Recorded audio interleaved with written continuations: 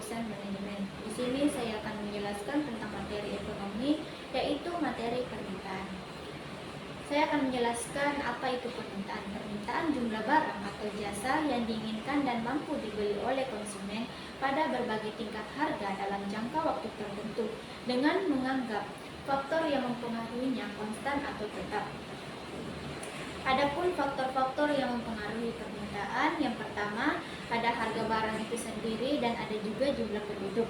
Yang kedua harga barang lain yang berkaitan, dan ada juga perkiraan harga yang akan datang atau ekspektasi. Yang ketiga ada tingkat pendapatan dan ada juga distribusi pendapatan. Yang keempat ada selera dan ada juga strategis produsen. Dan di sini adapun hukum permintaan, yang dimana hukum permintaan ini menyatakan bahwa harga sebuah barang meningkat, kuantitas atau jumlah barang yang diminta akan turun. Sebaliknya, jika jumlah kuantitas barang yang diminta naik, jika harga suatu barang mengalami penurunan. Adapun faktor-faktor penyebab tidak berlakunya permintaan. Yang pertama itu ada permintaan barang-barang bernilai prestise. Yang kedua ada harapan harga suatu barang akan berubah. Yang ketiga ada hubungan kuantitas harga, dan yang keempat ada barang investor.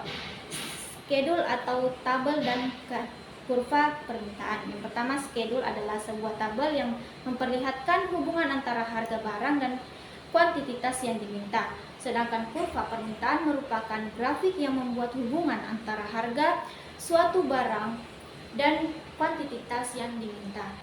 Adapun skedul atau tabel permintaan sebagai berikut, dapat dilihat seperti yang di atas. Ada harga barang yang diminta itu 2.000, sedangkan jumlah yang diminta itu 100. Yang kedua ada 150, yang jumlah yang diminta itu ada 150. Yang ketiga itu ada 1.000 dan jumlah yang diminta itu ada 200. Itulah tadi tabelnya. Dan tingkat harga yang tinggi memperoleh jumlah permintaan barang yang sedikit. Kemudian ketika harga barang diturunkan secara perlahan-lahan, maka jumlah permintaan barang semakin bertambah. Adapun kurva permintaan dapat dilihat seperti di atas. Harga barang ada di bagian Y, sedangkan yang di X ini itu ada jumlah barang. Yang dimana di sini dikatakan pada sumbu Y ini dinyatakan sebagai sumbu vertikal mengukur harga atau biasa disebut sebagai P yang dibayarkan per unit. Sedangkan yang di X ini dinyatakan sebagai sumbu horizontal mengukur jumlah permintaan atau biasa disebut sebagai Q terhadap barang. Berikutnya ada juga kurva yang di mana ada harga atau rep per unit dan ada juga jumlah, sedangkan yang D ini adalah garis permintaan atau DMA. Dan adapun mempunyai slope negatif yang menunjukkan bahwa adanya hubungan yang terbalik antara harga dan jumlah yang diminta. Dan adapun bentuk fungsi permintaan, yang dimana itu QD sama dengan A dikurang B dikali PD. Adapun keterangannya, A dan B sama dengan konstanta, di mana B harus bernilai negatif, sedangkan QD sama dengan jumlah barang yang diminta, dan PD ini harga barang yang diminta. Adapun rumus fungsi permintaan dapat dilihat seperti yang ada di atas. P dikurang P1 sama dengan Q dikurang Q2 per P2 dikurang P1 sama dengan Q2 dikurang P1.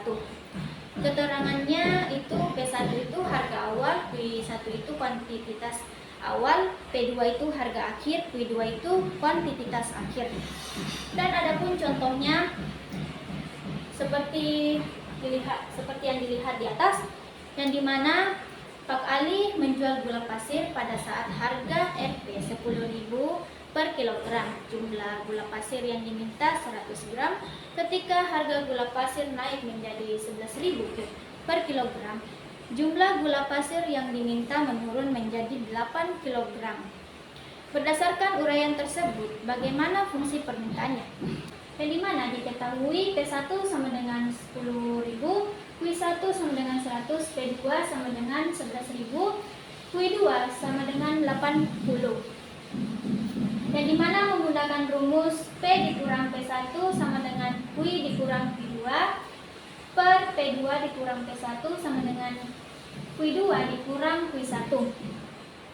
Yang dimana yaitu P dikurang 10.000, Q dikurang 80.000 per 11.000 dikurang 10.000 sama dengan 80 dikurang 100. P dikurang 10.000 sama dengan Q dikurang 80 per 1000 per min 20. P dikurang 10.000 sama dengan 1000 per min 20 dalam kurung Q dikurang 100. P dikurang 10.000 sama dengan min 50 per dalam kurung Q dikurang 100. P dikurang 10.000 sama dengan min 50 Q ditambah 5.000. P dikurang 10.000 dikurang 5.000 sama dengan min 50 Q. P dikurang 5.000 sama dengan min 50 Q. Yang dimana P dikurang 5.000 per min 50 sama dengan Q. Q-nya itu dipindahkan menjadi Q sama dengan P dikurang 5.000 per min 50. Q sama dengan P dibagi min 50 ditambah 100. Kenapa bisa 100 di situ? Karena 5.000 dibagi dengan min 50 itu hasilnya 100. Q sama dengan 1 dibagi min 50, P ditambah 100.